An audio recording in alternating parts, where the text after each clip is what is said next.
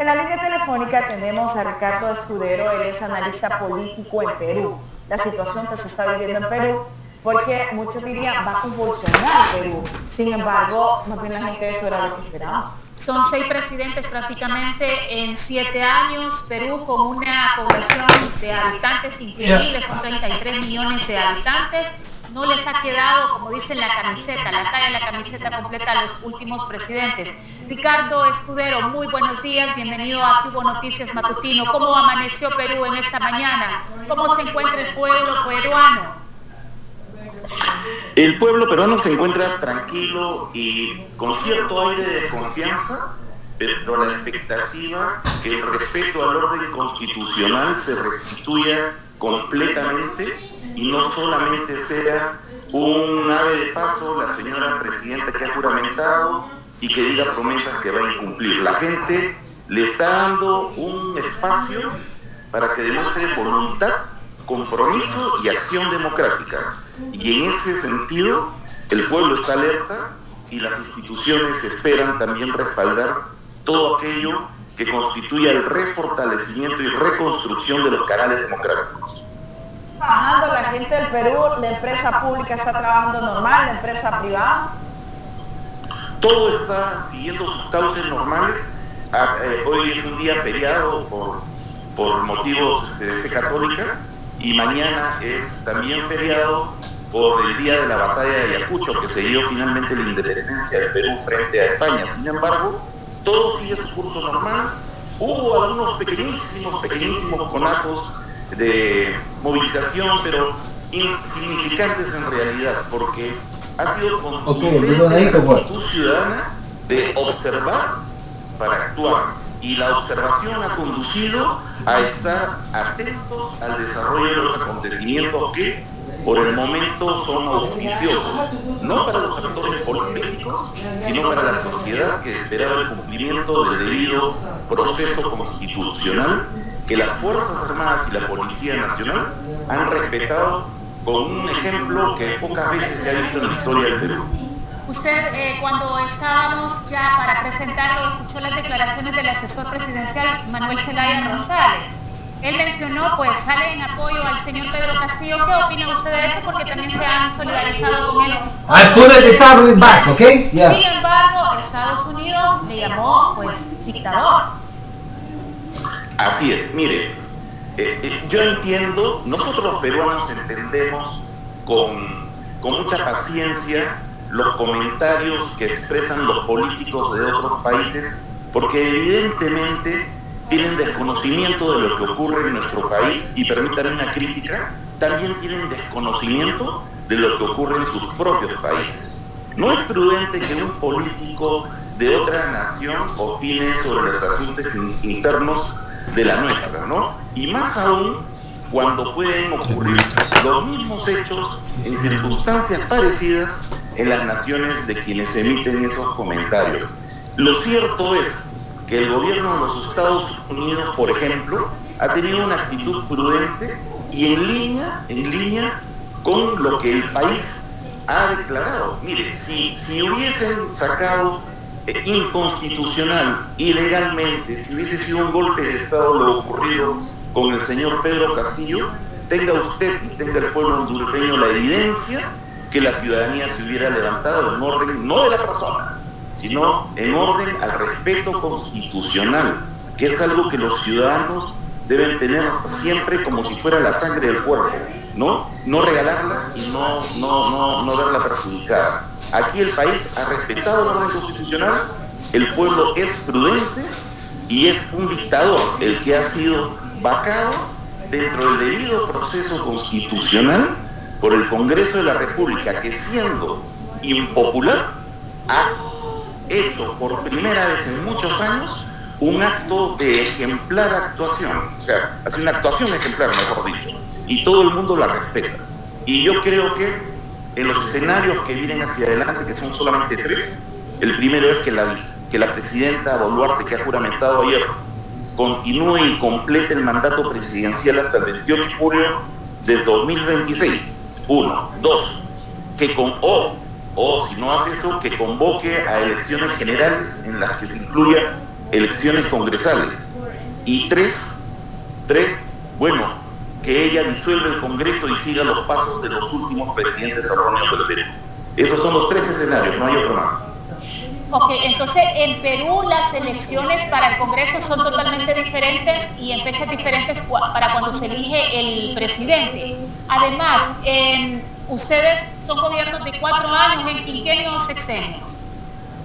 Nosotros somos gobierno de quinquenio, pero se elige al presidente y su fórmula presidencial y al Congreso de la República en la misma fecha. Sin embargo, cuando ocurre este proceso de vacancia presidencial y ya no existiría otra persona, otro vicepresidente, si asume, digamos, si posteriormente ocurre una vacancia contra la señora Dina Boluarte, ascendería como presidente el actual presidente del Congreso de la República, y él llama a elecciones presidenciales, pero no congresales. El Congreso es cada 5 años, eso es cerrado, salvo que el propio Congreso autorice con una ley de excepción. ¿Está Pedro Castillo? ¿Perdón? ¿Dónde está Pedro Castillo en estos momentos? ¿Lo llevaron a una cárcel? Pedro Castillo en estos momentos paradójicamente se encuentra en la cárcel junto al expresidente Fujimori, que él tanto criticó toda su vida. La familia de él logró salir, logró ingresar a alguna embajada, porque el día de ayer también observábamos que la misma población le troncó la pasada y la entrada a la embajada de México. Sí, no, la familia se encuentra con una protección policial de garantía ciudadana, pero no va a hacer la misma ciudadanía no va a permitir, como ayer no lo permitió con el presidente Castillo, que juzguen estos delincuentes, perdón usted la palabra, pero es una familia completa de actores delincuenciales que han usado los dineros del pueblo y de los más pobres en especial para enriquecerse y lograr privilegios que de ninguna manera los van a tener en sus vidas. Entonces, hoy en día cuentan con una protección policial sin estar presos. El único que está en la cárcel y junto al señor Fujimori es el dictador Castillo, ¿no? Terminó siendo lo que criticaba, un dictador en prisión. Ahora, esto también tiene que ver la parte política. Sé que los peruanos estaban defendiendo su país, su soberanía, su constitución también. Pero la consulta es, ¿tiene que ver algo político? ¿Hay una como división en el partido de izquierda de allá?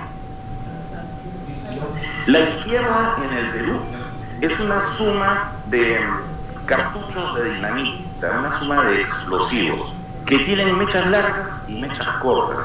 Hoy en día todos se han quedado sin mecha, todos se han abandonado. Eso es clásico en la izquierda aquí en el país. Se juntan para un objetivo electoral, llegan al poder y por apetitos económicos, por apetitos delincuenciales comienzan a pelearse. Y finalmente es lo que ha ocurrido. Han abandonado al presidente Castillo porque el presidente Castillo, inconsultamente con los grupos de izquierda y extrema izquierda que lo apoyan, hizo la disolución del Congreso. Y al disolver el Congreso, hubiese hecho que todos los congresistas de los 12 grupos políticos de izquierda que se encuentran allí instalados, se hubieran quedado con los jugosos salarios, beneficios y privilegios que reciben. Eso es clásico acá en el Perú. Entre comunistas, entre gentes de la izquierda extrema, se dividen a cada rato. No hay ningún problema. La izquierda en el Perú, en las últimas elecciones, ha representado el 1.2%, un desastre total. Y yo creo y estoy seguro que a partir de estas fechas comienza la extinción total de la izquierda y puede que sea posible el surgimiento de un centro democrático que equilibre las opiniones, los anhelos y las esperanzas del pueblo peruano y un fortalecimiento de la derecha que se ha institucionalizado como una verdadera alternativa popular de gobierno nacional. Ese es el escenario. Ricardo, el día de ayer casualmente se cumplía 1 año de que la presidenta Dina Boluarte mencionó en un discurso en Puno: si al presidente lo vacan, yo me voy con él, cuando ella 1 año después está siendo juramentada. ¿No creen ustedes que vaya a salir con la misma situación?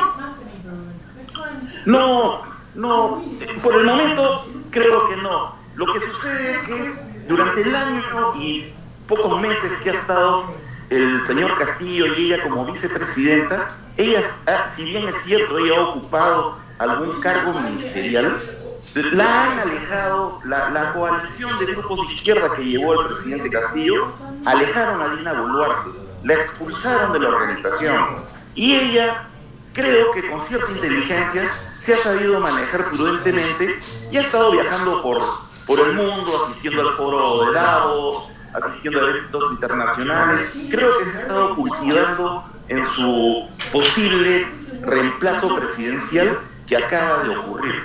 Si ella se convierte en una mujer inteligente, en beneficio del Perú siempre, yo creo que ella va a continuar el mandato y de ninguna manera va a renunciar. Cuando una persona, ella es centro izquierda, cuando una persona de centro izquierda ve sus posibilidades de lograr algo que en su vida lo hubiese logrado, les gusta el poder. Y si es prudente, ella va a convocar un gabinete de consenso, de participación diversa y con una agenda mínima que pueda conducirla a ella a ser la primera mujer presidenta del Perú y a la vez la primera persona de la izquierda que actúe con algo de criterio en beneficio del pueblo peruano. Yo creo en eso. ¿Hay expectativa de que ella sea la primera mujer presidenta del Perú? Ya es la primera mujer presidenta del Perú oficialmente. Pero ¿cómo está esa expectativa de esperanza, de sueño, de alegría? ¿Qué opina en sí el Perú? El peruano en estos momentos está en permanente expectativa. Es como cuando los papás asistimos al nacimiento de un hijo y tenemos la esperanza que sea lo que esperamos para toda la vida, ¿no? Hay una expectativa, hay un silencio muy grande. Los peruanos no somos muy expresivos para salir a las calles y hacer grandes protestas y manifestaciones con resultados inmediatos. Somos muy prudentes, somos muy pacientes y yo espero que sigamos siéndolo así porque sería terrible que explote la gente. Entonces, yo creo que le estamos dando unos días para que sea lo más prudente posible, se asesore correctamente la presidenta Dina Boluarte y emita una declaración con una agenda mínima de gobierno que asiente las bases de la reconstrucción de la frágil democracia que tenemos en el país, enfrentando la inestabilidad económica provocada por el pésimo gobierno de Castillo, el pésimo gobierno del anterior presidente Sagasti, el pésimo gobierno del anterior presidente Vizcarra. Hemos tenido una secuencia inevitable, de 5 expresidentes a lo largo de un espacio pequeño de tiempo, ¿no? Es algo vergonzoso. Sin embargo, hay algo bueno en la historia del Perú. Los ladrones están en la cárcel o están siendo procesados. Y eso constituye un ejemplo para el país. Entonces, seguimos en una expectativa, pero listos para actuar los ciudadanos. Eso es lo principal. Ricardo, usted ya ha mencionado 2 veces que se le va a dar una especie de tiempo. ¿Cuánto tiempo le van a dar a la presidenta Dina Boluarte entonces? Porque sí preocupa en cuanto a la inversión extranjera, y ustedes en cuanto a la inversión extranjera, ¿cómo están? Bueno, ha habido un retraimiento de la inversión extranjera significativo y también un retraimiento de la inversión privada nacional significativo. El PBI ha decrecido como nunca antes visto. Nosotros necesitamos crecer más de 5% para que los jóvenes que egresan de las escuelas tengan un empleo medianamente digno. Y eso no está ocurriendo. Estamos creciendo menos del 2.5%. Eso significa que 300.000 jóvenes en los últimos años, cada año, en los últimos años, grupos de 300.000 jóvenes no encuentran empleo y no encuentran cómo construir con sus anhelos la esperanza del futuro que ellos quieren para ellos y sus familias. Y adicionalmente, la informalidad ya bordea el 80%, y eso es gravísimo en un país que quiere ir por las sendas del progreso y el desarrollo.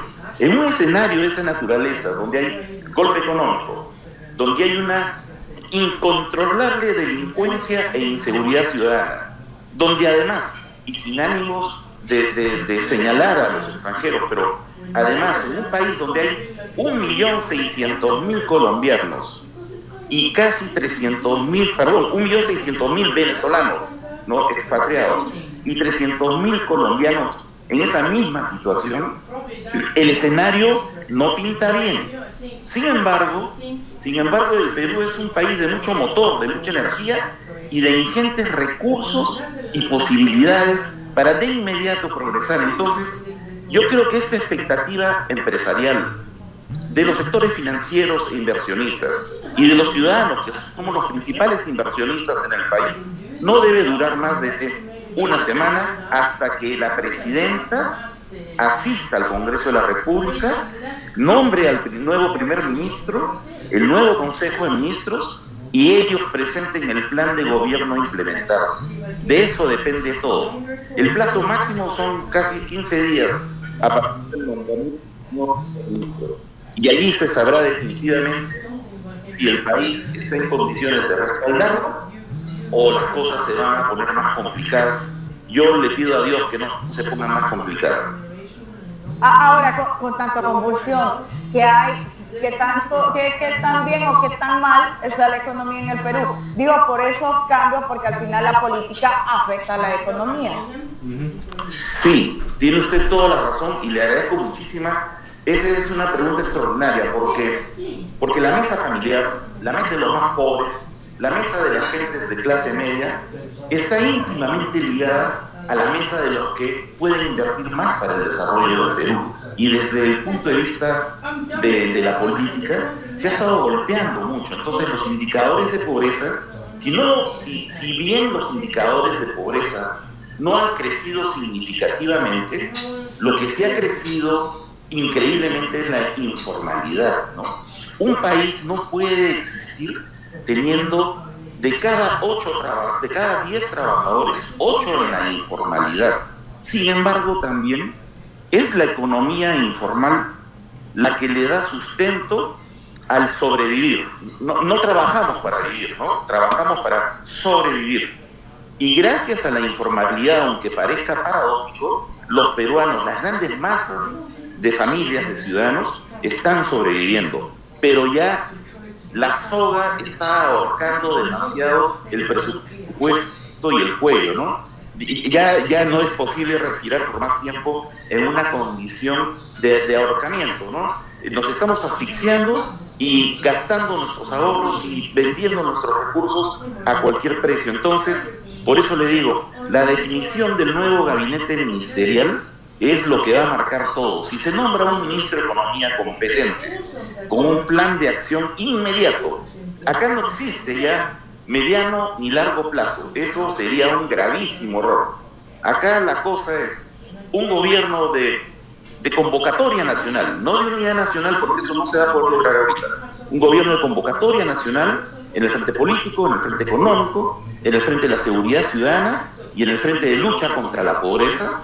Si se convoca un gobierno de esa naturaleza, para los 3 años y medio que quedan de completar el periodo presidencial por la actual presidenta de la República, yo creo que se va a dar un camino bastante claro. Si eso no se hace, bueno, va a arder todo. Lamentablemente va a arder el país. Eso sí sería peligrosísimo, ¿no? Sería peligroso. Nuevamente entonces estaría ardiendo Perú. ¿Y cómo estamos en este caso? Porque, por ejemplo, porque son aproximadamente unos 33 millones de habitantes y es que Perú es uno de los países más grandes en el mundo y también a nivel de la región latinoamericana. Pero ¿cómo están ustedes ahora en este sistema de salud? Porque mire, una cosa es Lima, pero la gente que vive en la afuera, que vive en la sierra, ¿cómo se encuentran sobre todo con este sistema de salud y seguridad? Porque usted me habló de la seguridad, que en este momento pues se necesita, pero la gente que está en la sierra, la gente que vive en las zonas postergadas. Mire, usted ha dado en el objetivo y el punto neurálgico de la mezcla que hay de temas en el Perú, y el neurálgico es justamente el tema de la salud. La salud nunca ha estado tan abandonada como desde este gobierno y los 2 anteriores, pero en este en particular. Fíjese usted, por ejemplo, que el presupuesto para el sector salud de las áreas de población rural en la costa, en la sierra y en la Amazonía se ha reducido en más del 30%. Y además, las campañas de vacunación contra la neumonía, que es el mal más importante en los Andes peruanos, que causa la mayor cantidad de decesos en niños y en ancianos, está prácticamente abandonado. Entonces, el tema de la salud es gravísimo. Los hospitales en los sectores rurales están desabastecidos de los implementos básicos necesarios y de los profesionales competentes que puedan atender a las poblaciones. La desnutrición y el índice de anemia en los niños ha aumentado terriblemente. Porque este gobierno del señor Castillo, que gracias a Dios ha culminado, pero que podría, Dios no quiera, la señora Boluarte, que estuvo en su fórmula presidencial, hacer una especie de continuidad, este gobierno, como le decía, era un gobierno con objetivos políticos, de expansión ideológica y doctrinaria de la izquierda extremista. Y eso lo han venido trabajando. No es que el comunismo se instaló porque ganaron las elecciones. Se hizo todo un proceso con un gobierno aliado con Cuba. El G2 de Cuba ha tenido acá la instrucción de los servicios de inteligencia. Hemos tenido hasta hace pocos días un dirigente de Sendero Luminoso en el Ministerio del Interior y a otro en la Dirección Nacional de Inteligencia. Entonces, mientras hacían la destrucción del aparato de seguridad del Estado, también destruían o abandonaban el sector salud. ¿Por qué? Porque así funcionan estos gobiernos de extrema izquierda. Entonces, fíjese usted, el cuadro en general, la olla está a presión, para ponerlo en términos caseros, ¿no? Y cualquier ama de casa nos entienda, porque las mujeres son más perceptivas de esto. La olla está a presión, pero no estamos cocinando alimento para nutrir al pueblo. Lo tenemos cargado de explosivos y tenemos que apagar esa olla y desactivar esos explosivos. Esa es la inmensa tarea que tiene la señora Dina Boluarte como presidenta del Perú a partir de ahora. Y esperemos que tenga la mínima inteligencia para que se dé cuenta de lo evidente. Ese es el panorama, ese es el cuadro, esa es la escena de la película que estamos viviendo en el país. Ok, muchísimas gracias, Ricardo, por atendernos en Cuba TV y ponernos en contexto de lo que está viviendo el Perú. Gracias. Muchísimas gracias por preocuparse de nuestro país. Y un abrazo inmenso para todos ustedes en una señal de comunicación e información tan importante para América Latina como Cuba TV. Muchas gracias. Gracias, Ricardo.